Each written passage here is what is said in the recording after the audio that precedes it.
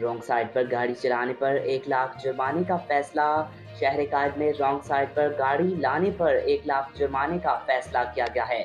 आपको बताते चले, सिंध हुकूमत ने ट्रैफिक कवानीन में बड़ी तब्दीली करते हुए रॉन्ग साइड पर ड्राइविंग पर भारी जुर्माना आयद करने का फैसला किया है। नई तरमीम के तहत गलत साइड पर गाड़ी चलाने पर 1 लाख रुपए जुर्माना होगा, जबकि सरकारी गाड़ी की सूरत में ये जुर्माना 2 लाख रुपए तक होगा। मोटरसाइकिल सवारों को भी बख्शा नहीं जाएगा, इन पर 25,000 रुपए चालान किया जाएगा। बगैर ड्राइविंग लाइसेंस बाइक चलाने पर 25,000 रुपए और बगैर लाइसेंस कार ड्राइविंग पर 50,000 रुपए जुर्माना मुकर्रर किया गया है। सूबाई वजीर कानून के मुताबिक ई चालान अब घर के पते पर भेजे जाएंगे। इसके साथ ही 4 सीटर रक्शों पर भी मुकम्मल पाबंदी आयद कर दी गई है।